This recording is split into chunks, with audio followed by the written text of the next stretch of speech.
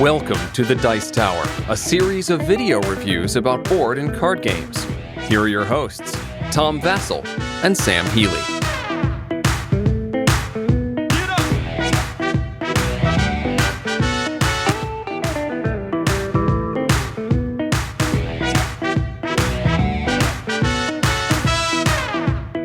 Today we're taking a look at a game that is called Sator, Arepo, Tenet, Rotas. You just murdered that name. Well, maybe I said it with a Spanish accent, but it's actually Latin. It's an anagram in 4 different directions. It's a palindrome. So that's an interesting thing. At least it's interesting to me. He didn't know that until he looked it up. No. You can see that. Well, okay, that's true. But at least he looked it up. I did look it up. It's a very famous palindrome, and it means something like the farmer plows, or it's not really a very sensical sentence, although it is a proper one in ancient Latin. What does that have to do with the game? He just read Wikipedia almost word for word. Who said it was Wikipedia? It could have been. It was through. It probably was. Through a lot of research. Okay, what this game is you are a librarian in a library above the pit of doom. Okay. Maybe not the pit of doom, but you are trying to retrieve 4 tomes, 4 books, and get back to your spot. Taking the theme out of the game, it's an abstract, moving tiles spatially, rotating and moving tiles around a board game. And I have to say, I don't know that I played any game like it. Yeah. But, I mean, I played parts of it, reminded me of other games. You're getting ahead of yourself. All right, well, let's take a look at it. Here's the board, and you can see that this board here is over a yawning cavern, and on top of this, you're going to have these different tiles. Players are going to place these tiles on the board in turn order, and they will do this after they use some positioning cards, and this is the only thing positioning cards are used for, which will say where 4 different color books are placed in their quadrant. So they'll place the books, and then they'll place these tiles all over the board. Each book has to be on a tile. Books don't float in space. And then one player is going to start the game, and you're going to progress. What you're trying to do is you're trying to take your acolyte, and you're trying to get to your 4 color books that are on the board. And I mean, by the way, these books are plastic, and they're really cool little books. But anyhow, what you're going to be doing that by playing different cards. There's 2 decks of cards. You have a movement deck of cards, which everyone will be drawing from. And then you have the special deck of cards, these prayer cards that you can draw from. But it's a very limited number of cards that you have in this deck. Now, what you'll be doing on your turn is you have 6 actions that you can take on your turn. Now, one of those actions These actions will be used by playing these different cards that you have here. So for example, this is a move card, and I can move any tile on the board that has this color background or this type of background. So I can move this tile 1 space this way or 1 space this way, and I can do that for 1 action. I can move it 2 times for 2 actions or 3 times for 3 actions. So I can move it farther for more actions. And remember, you only have 6 actions. If somebody is on a tile when you're moving it, then it will cost an extra to move it the first time. So it would cost 2 to move it 1, 3 to move it 2, and 4 to move it 3 spaces. And if there's more people on it, it costs an extra 1 for each person who is on the tile. So all the move tiles that are in the game all work with the background. Then there are rotate tiles, and they deal with the shape instead of the background. And this one costs 2 to rotate this once, 4 to rotate it twice. So I can pick any of that particular shape on the board. For example, I could take this shape here, pick a tile, and then rotate it around that tile. But I can't make it land on top of another tile. So for example, this piece here, I could take this here and rotate it here, or I could take this piece here and rotate it like that. Or I could have taken, there's different ways to rotate the different pieces. And again, if your people are on them, it costs more to rotate them. Now, you're rotating and moving these pieces so that they line up, because when you are done playing cards for your 6 actions, every movement card that you've played, not these cards, but these movement cards, allows your guy to move 1 space. So if I played 3 movement cards, I could then move my guy 3 spaces. 1, 2, 3. You also have 1 free action that you can take per turn, which could be moving him again, or it could be rotating any 1 tile or moving any 1 tile. Once you go over a book, huzzah, that book is yours, and then you have only 3 books left to get. These, at the end of your turn, you will draw cards to fill your hand up, and you can draw from either deck. And you got to be careful because remember, these cards don't help your movement, but these cards can be powerful.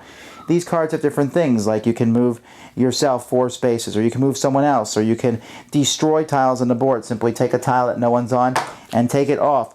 There's a card that lets you put a gargoyle down, and a gargoyle is basically locked in a spot and no one can pass him unless they either discard a card from their hand, or 3 cards from their hand, or there's just different ways to go around him. And there's different cards that will allow you to do different things. These are very powerful cards, but they're also very expensive action-wise, and they don't allow movement once you play them. And also, you can only play each one once. You can also spend an action point to draw a card from the deck, discard a card, or you can discard one of these and one of these, and go through the deck and take any card you want. That's something that I would think is usually saved for an emergency. So that's how the game works. The first person to get all their books is the winner. Back to the theme. You're actually, according to the rule book, now that I've looked it up, you are trying to find these exact volumes that have secrets of heretical books, treatises on witchcraft and black magic, cursed tomes. And these are hidden inside the antique library, which is still above the pit of doom. So, like, you're the good guys keeping the bad stuff away from the bad guys. But apparently, you do not like anyone else in this library. Yeah. It's like, oh, brother, I'm trying to get that book over there. Can you help me? No. In fact, I will move that platform. And I'm going to make it hard for you to get there.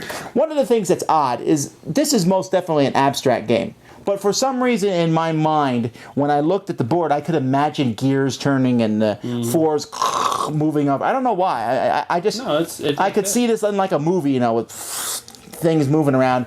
I thought that was a cool idea. And in fact, the game itself is really interesting. It's a racing game. Yeah. The first person to get to 4 checkpoints, essentially, except those checkpoints can move all over. And one of the things I liked about the game, but you may not like it, is that the game definitely features interaction.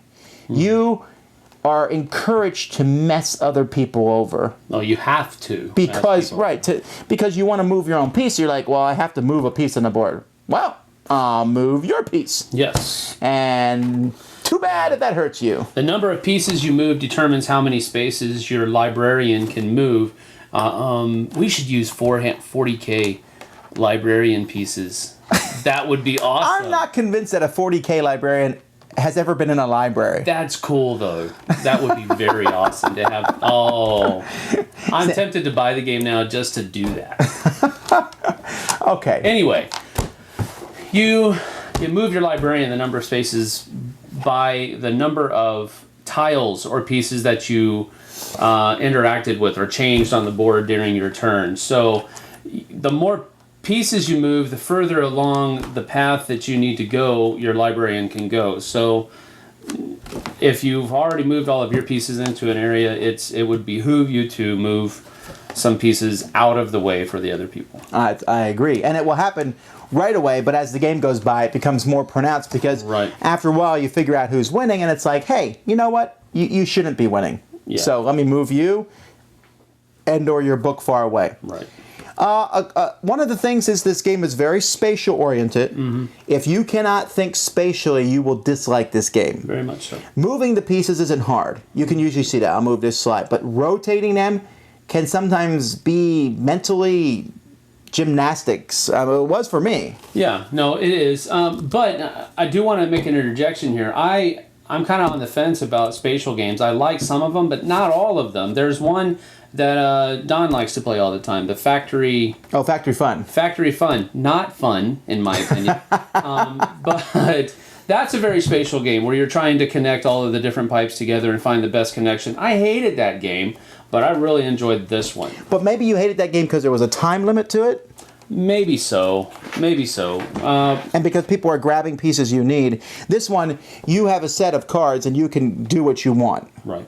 And there isn't a time limit, so there isn't that added stress level of being able to fit everything together in a certain amount of time. You can I mean, of course, if you struggle from analysis paralysis, then maybe this isn't the game for you.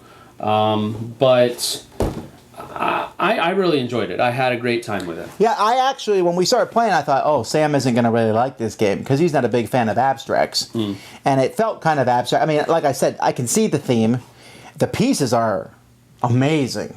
I mean, especially the plastic pieces. The plastic pieces. The plastic books. The books are really I just nice. wanted to keep playing with the books the whole time. The tiles are, they're just... Well, they're tiles, you know. They're just tiles. But I think the board looks really good. No, and I think that's part of the thing that makes the theme stick a little bit better is that it's a very cool looking 3-dimensional board that it looks like the board is just sinking into the table and to bring out that chasm of doom feel to it. So I thought it was very well done. This is one of those games that, in my opinion, is 4-player. Maybe 2-player. Not 3, because you're running into that problem with trying to set the bar. But 4 it just worked really well. But again, it's a race game, and you can't go in you have to go in knowing other people are going to mess you over at every chance they get, and that also you might have carefully laid plans, but it's really very tactical. Not a lot of strategy because you don't know how people are going to move a piece. You'll sit there and you're planning on a move. Okay, I'll do this. Oh, this is going to be so great. And just then someone rotates the piece you're going to want, and then you just want to cold cock them, and Yeah, well, that's true. That has a very similar feel to Robo Rally. Robo Rally has that same idea to it, to where one person moves into your thing and it just throws your entire program off. True, but at least in Robo Rally, you've programmed your program and you have no chance to change it. Here, you still on your turn, you can decide what to do. Exactly, which is why I don't in a game like Robo Rally, I hate that because you're done, you're stuck. You can't do anything to fix it. But at least with this game, you can try to maybe finagle it back to the where your original idea will at least halfway work, if not completely work. So you can get back from somebody really messing you up, but you're not stuck like in Robo Rally was. The last thing I would say about the game that's interesting to me is the ratio of keeping the special prayer cards in your hand as opposed to science. Religion versus science, I guess, is the theme of it. But they're very powerful cards. But if you take too many of them, they're really not useful to you. And so you got to try to keep that in mind. And sometimes throw one away because it's just not as useful to you as some of the other cards might be. Did you say throw a religion card away? Okay, no. Oh, wait, I'm sorry. I have no opinion on religion versus science. I'm sorry. All right. Anyhow, final opinions. This one I'm going to give 1.92 thumbs up. It's scientific.